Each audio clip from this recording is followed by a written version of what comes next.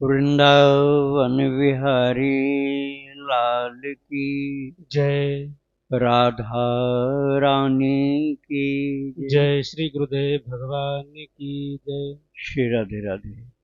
भक्ति प्रश्नोत्तरी कार्यक्रम प्रारंभ किया जा रहा है। आइए हम भक्ति संबंधित प्रश्नों को श्रवण करें। श्री राधे राधे गुरु जी, आपके श्री चरणों में कोटि कोटि दंडवत प्रणाम। बीकानेर से हैं कैलाश जी। इनका प्रश्न है, काफी समय पहले हमारे किसी रिश्तेदार के डेथ पर उन्होंने सुंदर कांड की पुस्तक बांटी थी। एक पुस्तक हमें भी मिली जिसके लास्ट कवर पेज पर पीछे की साइड उनकी फोटो लगी हुई थी, छोटी सी, जिनकी डेथ हुई थी। तो गुरुदेव भगवान, हमने वह सुंदरकांड की पुस्तक अभी हनुमान जी के मंदिर में रखवा दी और साथ में एक हनुमान चालीसा की पुस्तक भी रखवा दी, जो शायद 4-5 बार ही पढ़ी हुई है, ताकि मंदिर में उनका सही उपयोग आ सके। और जो दर्शन नाथ थे और जो दर्शन नाथ थी वह आते हैं, वह वहाँ बैठकर सुंदरकांड और हनुमान चालीसा का पाठ करते हैं। क्या यह सही है? क्योंकि घर में हमारे पास पहले से सुंदरकांड की और हनुमान चालीसा की पुस्तक है पाठ करने के लिए। जय श्री राधे राधे। श्री राधे राधे। हाँ, यदि पाठ किया जाता है ग्रंथ का तो वहाँ देना ठीक है, और यदि कहीं पाठ नहीं किया जाता हो तो वहाँ नहीं देना चाहिए। तो आप अपने घर में भी पाठ करिए, जहाँ मंदिर में पाठ चलता वहाँ भी दे सकते। श्री राधे राधे। इनका दूसरा प्रश्न है, हमारे घर में रामचरितमानस के 3 ग्रंथ हैं, तीनों ही हनुमान प्रसाद पोद्दार जी की टीका की हुई है। तो क्या जो 2 ग्रंथ पुराने वाले हैं वह हम हनुमान जी के मंदिर में रखवा सकते हैं, ताकि उनका सही उपयोग हो सके और दर्शनार्थी को लाभ मिल सके? हाँ, बिल्कुल आप रखवा सकते हैं। पहले वहाँ जाकर पता करिए हनुमान जी के उस मंदिर में जहाँ आप ग्रंथ देना चाहते हैं कि वहाँ रामायण कोई पढ़ेगा कि नहीं पढ़ेगा, और ऐसी जगह रखिए कि जहाँ दिखलाई भी पड़ जाए और कोई बच्चे भी न फाड़ें, खोते लगावें, उठाव के पटकें। छोटे बच्चे तो यही सब करते हैं ना। तो छोटे बच्चे की पहुँच के बाहर होना चाहिए, कुछ ऊंचाई पर हो, कम से कम 5-5.5 फीट की ऊंचाई पर हो, तो भक्त लोग जिनको पढ़ना है वो ले सकें, बच्चों की पहुंच से बाहर हो। राधे राधे। ऋषि जी हैं लखनऊ से। इनका प्रश्न है, सुना है भगवान सिर्फ प्रेम से मिलते हैं। अगर ऐसा है तो रावण हिरण्यकश्यप ने कैसे तप करके भगवान से वरदान पा लिया था, और भगवान राम भगवान कृष्ण के माता पिता ने भी तप करके भगवान से वरदान पाया। कृपया करके मार्गदर्शन करें। वो मिलना कोई काम का नहीं होता है, जो मिलना आप कह रहे हैं ना। जैसे दुर्योधन को मिले थे। अब दुर्योधन को भगवान मिले तो क्या फायदा उठाया उसने?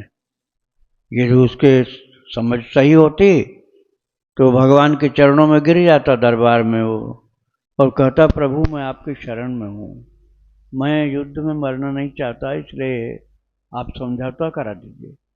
तो प्रभु समझौता करा देते, युद्ध होता ही नहीं। लेकिन दुर्योधन तो तुरंत बोला गिरफ्तार करो, कैद कर लो इसको। भगवान के लिए गंदा शब्द बोलने लगा। तो भगवान तो मिले लेकिन भगवान से प्रेम नहीं किया, दुश्मनी किया, द्वेष किया। तो ऐसे कंस भी था। कंस को तो भगवान ने अपने हाथ से मारा, इसलिए उसका उद्धार हो गया। लेकिन दुर्योधन को भगवान ने तो नहीं मारा था। तो जो भगवान मिले चाहे न मिले, भगवान का प्रेम मिल जाए तो कल्याण हो जाता है। भगवान का प्रेम यदि आपके जीवन में उपलब्ध हो गया तो कल्याण हो गया। अब जो दुष्ट स्वभाव के लोग होते हैं उनको तो बड़े महान से महान संत भी मिल जाए तो उनको मार देते हैं वो। जैसे आतंकवादी लोग हैं, वो संतों की पूजा कहाँ करते हैं? वो तो संतों को मार देते हैं। ऐसे ही उनको संत मिलन, जबकि रामायण में लिखा संत मिलन सम सुख जग नाही। संत के मिलने जैसा कोई सुख नहीं है। लेकिन ये उसके लिए जो संत को मानता हो, सात्विक हो, भक्त हो, उसके लिए संत के मिलने जैसा सुख नहीं। किंतु कोई महादुष्ट हैं, जैसे आतंकवादी हैं, चोर हैं, डकैत हैं, और वो संत से मिलते हैं तो संत को पीड़ा देते हैं, तो ऐसा मिलना किसी काम का नहीं होता है। भाव पहले शुद्ध करिए और तब भगवान से, संतों से, भक्तों से मिलना कल्याणकारी होता है। तुरंत का फल वो मिलता है। और यदि बहुत कुभाव है तो जल्दी से लाभ नहीं होता है। अत्यंत दुष्ट बुद्धि है तो लाभ ही नहीं होता है। श्री राधे राधे।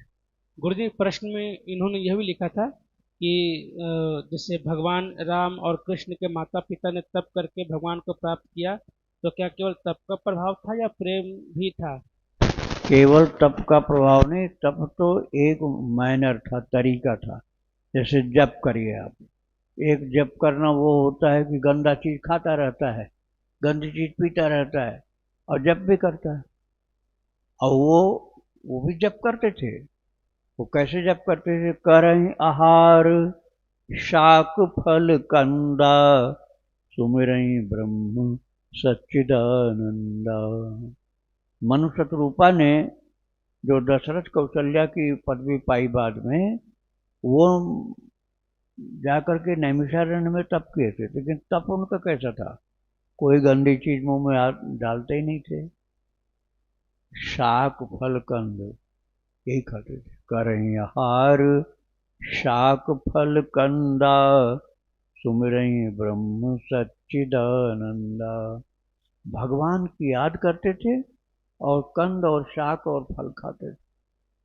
अब कोई महागंदगी का ढेर मुख को बना रखा है तो उसके भजन में शक्ति नहीं आएगी, उसके भजन में बल बहुत कम होगा, बहुत कम प्रभाव पड़ेगा।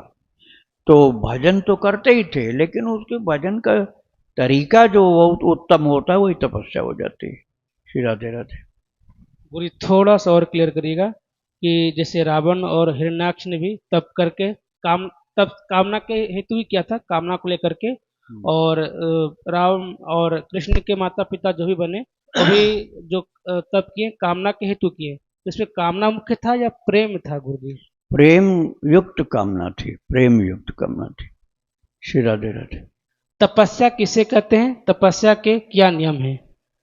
तपस्या का मतलब होता है संयम करना, आत्म संयम, इंद्रियों का संयम, मन का संयम, बुद्धि का संयम, कर्म इंद्रियों का संयम, ज्ञान इंद्रियों का संयम, इसी को तपस्या कहा जाए। भोजन का संयम, जो मन में आवे तो, जब मन में आवे तब नहीं खाना, जरूरत से थोड़ा कम खाना, वो भी आवश्यकता हुए बिना नहीं खाना। बहुत प्रकार का संयम होता है, उसी को तपस्या कहा जाता है। मन का संयम, वाणी का संयम, शरीर का संयम। शरीर का संयम जो है उसमें होता है महान लोगों की सेवा करो, ब्रह्मचर्य का पालन करो, ये शरीर का संयम है। और वाणी का संयम है, गाली नहीं बको और गंदा शब्द नहीं बोलो, भगवान का नाम भजन कीर्तन जप करो, ये वाणी का संयम हो गया। मन का संयम, किसी के लिए बुरा नहीं सोचो, किसी के लिए बुरा नहीं सोचो, सबके लिए बड़ा अच्छा सोचो, ये मन का संयम। इसी संयम को तपस्या कहा जाता है। राधे राधे। देवेंद्र जी, इनका प्रश्न है, महाराज जी आप गुरुजनों और प्रभु की कृपा से थोड़ा बहुत राधा राधा नाम जप लेता हूँ। महाराज जी, तो मेरा प्रश्न यह था कि हम जो भी नाम जप करते हैं वो सभी इकट्ठा होता है या हमारे द्वारा किए गए जाने अनजाने में अपराध होने से वो नष्ट हो जाते हैं? क्वालिटी पर डिपेंड करता है। जिसने प्रेम से पुकार लगाई है उसका जप व्यर्थ नहीं जा सकता है, और जिसने गंदी भावना से बोला है उसके जप में शक्ति नहीं होती, तो उसका जप निरर्थक भी जा सकता है। आप प्रेम से, भक्ति से भगवान का भजन करो, वो व्यर्थ कभी नहीं जाएगा। और आपने गंदे खान पान से, गलत ढंग से, भगवान से प्रेम नहीं, खराब भाव से जप किया है तो उसमें शक्ति बहुत कम होती है। राधे राधे। सूर्यांश दुबे जी हैं प्रयागराज से, इनका प्रश्न है, गुरु जी गीता के 9वें अध्याय में भगवान कहते हैं कि तू जो कुछ भी कर्म करता है वो मेरे को समर्पित कर। और गुरुदेव, हमने सत्संग में सुना है भगवान को कर्म समर्पित करने से कर्म बंधन नहीं होता, तो गुरुदेव शुभ कर्म ही भगवान को अर्पित करना चाहिए या पाप कर्म, और पाप कर्म नहीं? लेकिन गुरुदेव कोई भी शुभ कर्म करते हैं तो भी तो पाप कर्म हो ही जाता है। जैसे हमने किसी का मदद किया या मंदिर में गए तो हमारे पैरों के नीचे कई सारी चींटियां जाने अनजाने दब के मर जाती है, और घर में झाड़ू लगाते समय भी कई जीवों की हिंसा हो जाती है। शौच स्नान आदि करते समय भी कई जीवों पानी में बह जाते हैं, पैरों के द्वारा अनजाने में उनकी हिंसा हो जाती है, पैर के नीचे दब जाते हैं। तो गुरुदेव फिर हम कर्म को कैसे समर्पित करें भगवान को? झाड़ू लगाना कर्म हुआ, लेकिन उसमें पाप भी हो गया क्योंकि झाड़ू लगाते समय कई जीव मर गए। तो उस कर्म को भगवान को हम कैसे समर्पित करें, और करें या ना करें? क्योंकि कहा जाता है कि पाप कर्म भगवान को समर्पित नहीं किया जाता है। ऐसे में हम क्या करें, कर्म भगवान को समर्पित करें या नहीं? सेवा भाव से कर्म करो, सेवा भाव से कर्म करो, सेवा भाव से, दुख देने के भाव से नहीं। सेवा अर्थात जिनकी सेवा की जा रही है उनको आनंद मिले, सुख मिले। अब बताओ, फिर तो आपका मन हो गया सेवा में। अब आप सेवा भाव से कर रहे हो तो भगवान को अर्पित कर दो। तुम ये बताओ कि तुम्हारे बच्चे के हाथ पर या पीठ पर या पेट पर एक कीड़ा बैठा हो, अब क्या करोगे? कहोगे ना हत्या हो जाएगी, कीड़े को मारेंगे तो हत्या हो जाएगी। यदि आपका बेटा है तो क्या करोगे? कीड़ों को मारोगे या बच्चे को मरने दोगे? अपने बच्चे को नहीं मरने दोगे ना, कीड़े को मारोगे, तो उस समय कीड़े की हत्या में दोष नहीं लगेगा। ऐसे ही ठाकुर जी को कोई कष्ट हो रहा है तो उनकी सेवा करो, उसमें अनजान में पाप हो जाएगा तो कोई दोष नहीं लगेगा। श्री राधे राधे। प्रतीक नामदेव जी हैं, राजगढ़ एमपी से। इनका प्रश्न है, महाराज जी मैं जिन टीचर से सांसारिक पढ़ाई पढ़ रहा हूँ वो क्लास में ऐसी बातें करते हैं जिसके गलत अर्थ निकलते हैं, और उन्होंने ये भी बताया कि उन्हें किसी से जो पैसा गौ सेवा के लिए मिला था उसमें से 19 लाख खुद रख लिए। क्या महाराज जी ऐसे टीचर से पढ़ना चाहिए? आपका क्या आदेश है? नहीं पढ़ना चाहिए, बिल्कुल नहीं पढ़ना चाहिए। आपका जीवन बिगाड़ने वाले हैं वो शिक्षक नहीं है, वो कुशिक्षक हैं। वो आपको कुशिक्षा दे रहे हैं, विद्या की जगह अविद्या सिखा रहे हैं, आपके जीवन को महागंदा बनाने की कोशिश कर रहे हैं। ऐसे से नहीं पढ़ना चाहिए। श्री राधे राधे। निर्मला जी हैं, राजस्थान से। इनका प्रश्न है, गुरुदेव आपसे दीक्षा लेने के क्या नियम है, बताने की कृपा करें। दीक्षा का नियम है जो आप राम राम लिखते हो या राधा राधा लिखते हो या हरि हरि लिखते हो, कृष्ण कृष्ण लिखते हो तो 10 लाख लिखो, और युगल नाम लिखो जैसे सीताराम सीताराम, लक्ष्मी नारायण लक्ष्मी नारायण या राधे श्याम राधा कृष्ण, तो आपको 5 लाख लिखना है। तारीख प्रतिदिन डालिए, लाल स्याही से लिखिए। जब आपका लेखन जो बताया गया उतना पूरा हो जाएगा तब दीक्षा की तिथि आपको बताई जाएगी। आपको गंदी चीज कुछ नहीं खाना, भक्त चरित्र रोजाना सुनना है, और लेखन के साथ साथ जप करना, बात नहीं करनी। लाल स्याही से लिखना होगा और आपको संयम से रहना होगा। राधे राधे। मुंबई से गुरु जी। इनका प्रश्न है, रोजाना हनुमान चालीसा पढ़ने की क्या प्रक्रिया है और क्या सावधानी बरतनी चाहिए, खासकर मासिक धर्म वाली महिलाओं को? दुनिया के परिदृश्य को देखते हुए जहां बहुत सारे युद्ध और प्राकृतिक आपदाओं की भविष्यवाणी की जाती है, मैं घर पर सभी की सुरक्षा के लिए चिंतित हूँ। मुझे बस इस बात की चिंता है कि हनुमान चालीसा मासिक धर्म के दौरान नहीं पढ़ी जा सकती है, तो महिलाएं इसे रोजाना कैसे पढ़ सकती है? क्या मोबाइल पर सुनना ठीक है, विशेषकर मासिक धर्म के दौरान? भगवान हनुमान एक उग्र देवता है, मुझे चिंता है कि कहीं क्रोधित होकर दंड न दे दें। मैं हर रोज यूट्यूब पर आपकी वीडियो देखती हूँ और मैंने नाम लिखना भी शुरू कर दिया है। मैं लिखते समय आपका संत चरित्र भी सुनती हूँ। मुझे उम्मीद है कि एक दिन मैं व्यक्तिगत रूप से मिलूंगी और आपका आशीर्वाद लूंगी। आपके वीडियो बहुत वास्तविक है और जिस तरह से आप उपदेश देते हैं बहुत ही सरल एवं समझने में आसान होते हैं। मुझे मीराबाई का चरित्र बहुत पसंद है जो मैंने आपके भक्ति आश्रम के संत चरित्र से सुना था। क्या? मीराबाई जी का चरित्र सुना था। मीराबाई, हाँ। हाँ। भक्ति पर आपके ज्ञानवर्धक व्याख्यान के लिए कोटि कोटि धन्यवाद, और आपके अच्छे स्वास्थ्य और दीर्घायु जीवन की प्रार्थना करती हूँ ताकि हमारा आप उत्थान करते रहें। आप लेखन दीक्षा की बात कर रहे हैं ना? हाँ ठीक है। मासिक धर्म जो होता है उसमें हनुमान जी को छूना वर्जित होता है। हनुमान जी का श्री विग्रह है, जिसको मूर्ति बोलते हैं आप लोग, तो श्री विग्रह को नहीं छूना। चित्र है हनुमान जी को, तो हनुमान जी को आप प्रणाम दूर से कर सकते हो, बिना छुए प्रणाम कर सकते हो। जमीन पर सिर रखकर या हाथ जोड़कर प्रणाम कर लो, लेकिन छुओ नहीं। बस इतना ही वर्जित होता है। पाठ तो आपको जबानी याद है तो जबानी कर लो, और आपको पुस्तक में छू करके नहीं करना है।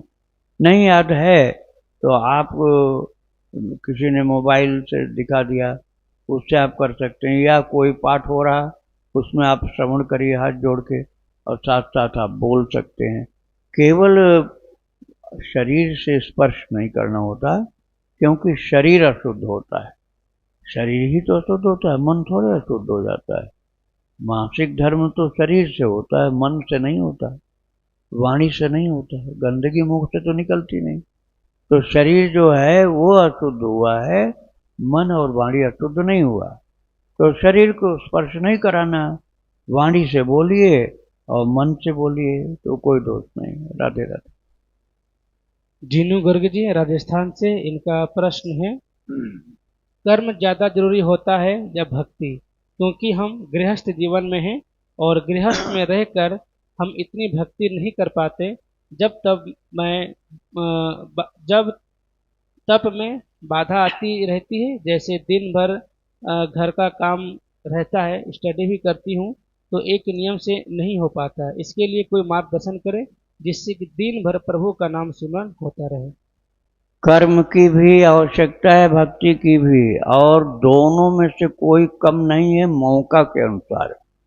जैसे आप भजन कर रहे हो, माला फेर रहे हो, और एक गाड़ी आ रही, कोई कार आ रही, और आपका ही नहीं दूसरे का ही किसी का बच्चा छोटा है, अब वो घुटनों के बल चलते चलते बिल्कुल गाड़ी के सामने पहुंचने वाला, अब गाड़ी में दबने वाला है, कार के नीचे आ जाएगा वो।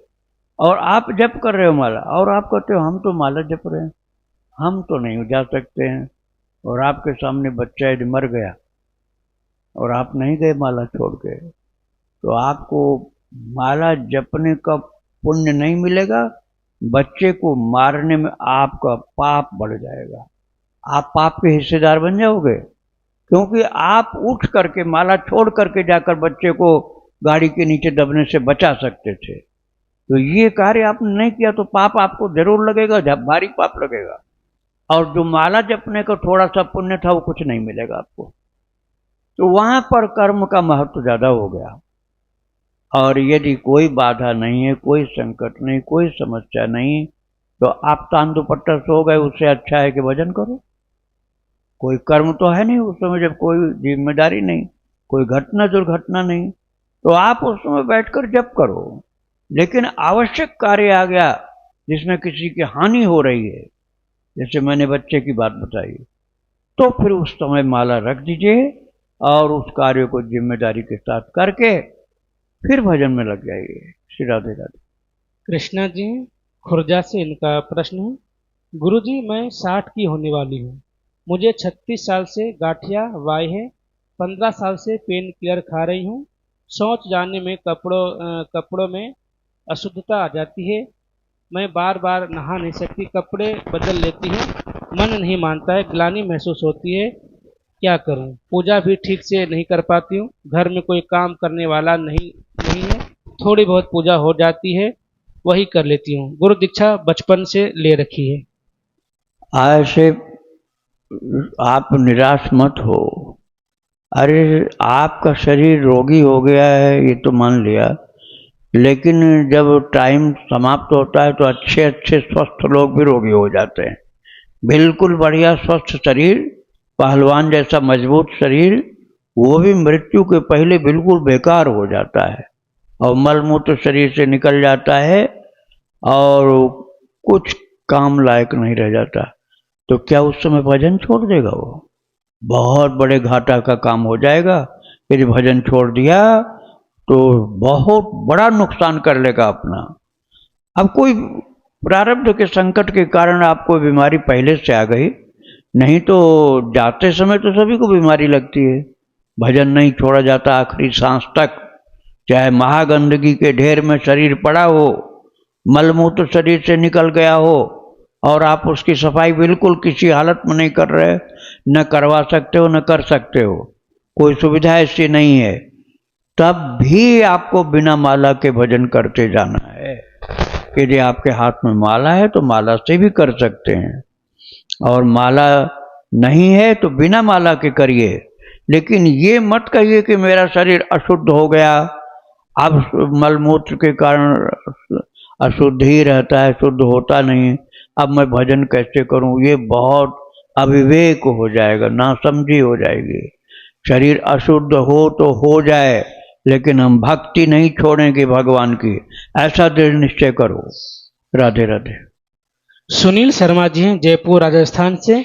इनका प्रश्न है, गुरुदेव मैं सुबह 1:30 बजे जग कर 2 बजे भगवान की पूजा शुरू कर देता हूँ, जिसमें मुझे भगवान को स्नान कराना है और भगवान की आरती और 16 माला महामंत्र का जप करता हूँ।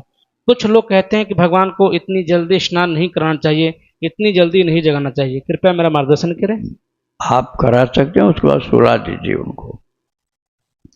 जितने टाइम पर आप करा रहे हैं वैसे ही कराइए, और उनको कुछ बार भोग लगा दीजिए, कुछ खिला पिला दीजिए, उसके बाद फिर से शयन करा दीजिए, और उसके बाद अपना पूजा पाठ जप तप जो भी करना वो करिए, और फिर उनको सूर्योदय के काल में फिर उठा दीजिए, कोई दोष नहीं लगेगा। और यदि वो बाल स्वरूप में तब सुलाना जरूरी, और बाल स्वरूप नहीं है उनका, मान लो वह आपका सखा भाव है या प्रिया प्रीतम का भाव है या सेवक स्वामी का भाव है, तो उसमें उनका क्या वय आप समझते हैं। यदि वो वय छोटी नहीं है तो सुलाना आवश्यक नहीं है, और छोटी वय है उनकी तो फिर उनको सेवा के बाद सुलाना आवश्यक होता है। राधे राधे। ललित श्रीवास्तव जी, इनका प्रश्न है, बचपन में 12 साल की उम्र तक मांस खाया क्योंकि माता पिता रोज खाते थे। बाद में एक दिव्य शक्ति ने मांस खाने से घृणा हो गई। अब भक्ति जब ज्यादा करता हूँ, क्या मुझे मांस खाने का परिणाम भोगना पड़ेगा? देखो, यदि भगवान की शरण में चले जाओ, शरणागत हो जाओगे, शरणागत अर्थात भगवान के हो जाओगे, और सबके जो हो वो नहीं रहो, केवल भगवान के हो जाओ, तो भगवान का ये वचन दिया हुआ गीता में भी रामायण में भी कि जो प्रभु की शरण में आ जाता है ईमानदारी से सर्वतोभावेन, तो सन्मुख होय जीव मोहि जबहि, जन्म कोटि अघनाशं तबहि। भगवान करोड़ों जन्म का पाप नष्ट कर देते हैं। अब तो एक जन्म के पाप से ऐसे बोल रहे हो, करोड़ों जन्म का पाप हो तो आप शरणागत हो जाओ, प्रभु के बन जाओ, ईमानदारी से भगवान के हो जाओ, पूरा पूरा भगवान के हो जाओ, सब पापों से मुक्त करते हैं। लेकिन भगवान के बोलने के लिए रहो और रहोगे संसार के ही, परिवार के ही, और भगवान के बने नहीं, धोखा दे रहे हो अपने को भी भगवान को भी, तो नहीं पापों से मुक्त हो पाओगे। तो ईमानदारी से सच्चाई से भगवान के हो जाओ, प्रभु के शरणागत सेवक बन जाओ, तो सब पापों से मुक्त हो जाओगे। राधे राधे। आखिरी प्रश्न गुरु जी आज का। गुरु जी, ये जितने भी दिव्य लोक हैं, जैसे शिवलोक, ब्रह्मलोक, विष्णु लोक, साकेत लोक, गोलोक, इन सब लोकों में क्या भिन्नता है या एक ही फल, एक ही परिणाम है? देखो, जिसको जो पसंद होती है ना, प्रभु उसका प्रेम देख करके उसी प्रकार की उपलब्धि कराते हैं। अब किसी ने सत्संग के द्वारा एक लोक की महिमा सुनी है, अब दूसरे लोकों की महिमा न सुनी, एक की ही सुनी है।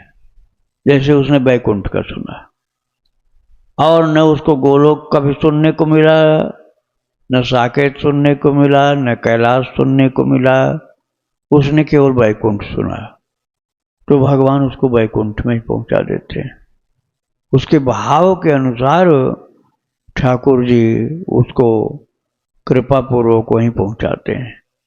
तो उसका कल्याण होगा, इनमें से किसी भी जगह जाएगा। वास्तव में है एक ही, वो भगवान का धाम है। अरे वो ये नाम तो गीता जी में कहीं आए ही नहीं। गीता जी में, श्रीमद् भगवद गीता में वैकुंठ, साकेत, गोलोक ये सब नहीं आया लिखा। क्या लिखा है? भगवत धाम, परम धाम, नित्य धाम, ये लिखा हुआ है। जो उसकी विशेषताएं हैं, धाम की जो विशेषता होती है, शाश्वत धाम मतलब सदा रहने वाला, नित्य धाम अर्थात सदा रहने वाला, भगवत धाम अर्थात ठाकुर जी का धाम, परम धाम अर्थात सबसे श्रेष्ठ धाम, यही नाम आए हैं। अब उसका तात्पर्य वही है, साकेत, गोलोक, वैकुंठ, यही उसका तात्पर्य है। तो जिस धाम का जो प्रेमी है, उस प्रेमी के अनुसार ही प्रभु उसको प्रदान कर देते हैं। और यही कहते हैं गीता जी में, यद गत्वा न निवर्तन्ते तद्धाम परमम मम। जहाँ जा करके जीव को वापस नहीं आना होता, वो मेरा परम धाम है। ऐसे परम धाम, नित्य धाम, शाश्वत धाम, ब्रह्म धाम, ब्रह्मलोक, और वैकुंठ शब्द भी नहीं आया। वैकुंठ, साकेत, गोलोक ये शब्द नहीं आए गीता जी में। है सत्य, ऐसा हम नहीं करें कि है ही नहीं, और सब पुराणों में लिखा हुआ है। लेकिन गीता जी में भगवान ने इन सब का एक ही नाम रखा, परम धाम, परम धाम, नित्य धाम, यही नाम बताया प्रभु ने। ये सब एक ही होते हैं, भाव के अनुसार दिखलाई पड़ते हैं अलग। राधे राधे। गुरुदेव के चरणों में कोटि कोटि प्रणाम। हाँ ठीक। गुरुदेव, मेरा प्रश्न ये है कि मैं एक मंदिर में सेवा करता हूँ। मैं एक मंदिर में सेवा करता हूँ। हाँ ठीक है। और अपने गुरुदेव के सानिध्य में रहता हूँ, मेरी दीक्षा हुई है। वहाँ पर जो परिकर हैं मंदिर के, या गुरुदेव के अन्य शिष्य लोग हैं, और या जो मंदिर में जो व्यवहार होता है, उसमें मेरी दोष दृष्टि हो जाती है। दोष दृष्टि हाँ। कि ये क्या चल रहा है, लोग ऐसा जैसे मान लीजिए लगता है कि लोग अर्थ के लिए कर रहे हैं, या इनका कुछ और मोटिव है, जबकि मैं तो वहाँ सेवा करने गया हूँ। अब मतलब हमारे जैसे सूदो चलो अपने धर्म, तो उस सिद्धांत पे नहीं रह पाता हूँ। कई बार गुरुदेव डांट देते हैं तो भी मन बहुत विचलित हो जाता है, जबकि उनमें गुरु बुद्धि है। तो मतलब गुरुदेव की सेवा में है या मंदिर की सेवा में है, क्या सावधानियाँ रखनी चाहिए, और कैसे दृढ़ता मिले कि हम हमारा जो लक्ष्य है उस पर हम दृढ़ रहें और अपने सिद्धांत पे रहें, और इधर उधर जो चीज़ें हो रही हैं उससे ना विचलित हो, ना उसके प्रति मन जाए। क्योंकि कई बार बहुत परेशान हो जाता हूँ मैं, तो इसके लिए कुछ मार्गदर्शन। हाँ बताएंगे। देखो, आप एक निश्चित संख्या में जप करना शुरू करो। पहले जो भगवान का नाम आप जपते हो, मान लो आप जपते हो हरे राम राम राम हरे हरे, हरे कृष्ण कृष्ण कृष्ण हरे, ये एक मैंने बताया। इसके अलावा दूसरा भी हो सकता, राधा राधा राधा राधा, ये भी हो सकता, श्री राम जय राम, ये भी हो सकता, सीताराम सीताराम सीताराम, ये भी हो सकता, राधे श्याम, ये भी, कोई भी हो सकता है। अब मैंने एक बताया हरे राम का। अब आप उसकी एक संख्या निर्धारित करो कि मुझे अभी जैसे आपका बहुत कम जप हो रहा, तो 1 लाख बनाओ कि 1 लाख हमें जपना, रोजाना जपना। और यदि आपका 1 लाख हो रहा तो 2 लाख तय करो, 2 लाख हो रहा तो 3 लाख नाम जप करो। निश्चय करो मुझे इतना करना है। जब आपका एक लक्ष्य हो जाएगा, टारगेट कि हमें इतना जप करना है, तब आप लोगों को देखना बंद कर दोगे, क्योंकि आपको अपना लक्ष्य पूरा करने का टाइम निकालना पड़ेगा। हमें 3 लाख नाम जप करना, बस वहीं ध्यान रहेगा, वहीं ध्यान रहेगा। अभी इतना माला हुआ है, इतना माला बाकी है, इतना बच गया, सारा ध्यान आपका जप पर रहेगा आपका। अब जो होता है ना, खाली मन शैतान का घर होता है, खाली मन शैतान का घर। और मन को काम दे दिया इतना जप करना, इतना जप करना, हमें तो जप पूरा करना। तो वहां तुम्हारे पास भी कोई आकर के बदमाशी करेगा, उठ के चल दोगे दूसरी तरफ, कहोगे हमको क्या मतलब है, और हमको तो जप पूरा करना। और जहां उस खुरापात में शामिल हुए तुम, तहां तुम्हारा जप गया, और उसके लिए दंड अपने को दो कि आज हम भोजन नहीं करेंगे। मारकूट वाला दंड नहीं देना है, आज हम भोजन नहीं करेंगे। क्यों नहीं करें? क्योंकि हमने जप नहीं पूरा किया। अब अगले दिन सावधान रहो, जप कम नहीं होने देना, जप कम नहीं होने देना। हमको किसी से मतलब ही नहीं है, हमको जप पूरा करना। अब मान लो कोई काम आपके जिम्मे है, तो उस काम को चुपचाप बिना किसी को देखे अपना काम करके फुर्सत पाओ और लग जाओ जप में। यदि जप के लिए पूरा समर्पित हो जाओगे और अधिक जप करने के लिए, ऐसा नहीं कि एक माला फेर लिया छुट्टी हो गई, तो नहीं होगा। बहुत ज्यादा जप के लिए संकल्प हो जाओगे तो तुम सारे उपद्रवों से मन हटा करके उसमें लग जाओगे। और कुछ काम करना होगा तो उसमें भी लगने पर तुम्हारा ध्यान जप में ही रहेगा, सब बुराइयों से मुक्त हो जाओगे। ये करना शुरू करना पड़ेगा। आलस्य से काम नहीं होगा, बड़ी मेहनत चाहिए, इसके लिए बड़ी लगन चाहिए। शरीर मजबूत मोटा होना जरूरी नहीं, मन से लगन होना जरूरी। और लगन से तुम लग गए इस काम में तो सारी शिकायतें खत्म हो जाएंगी। श्री राधे राधे। वृंदावन बिहारी लाल की जय। राधा रानी की जय। श्री गुरुदेव भगवान की जय।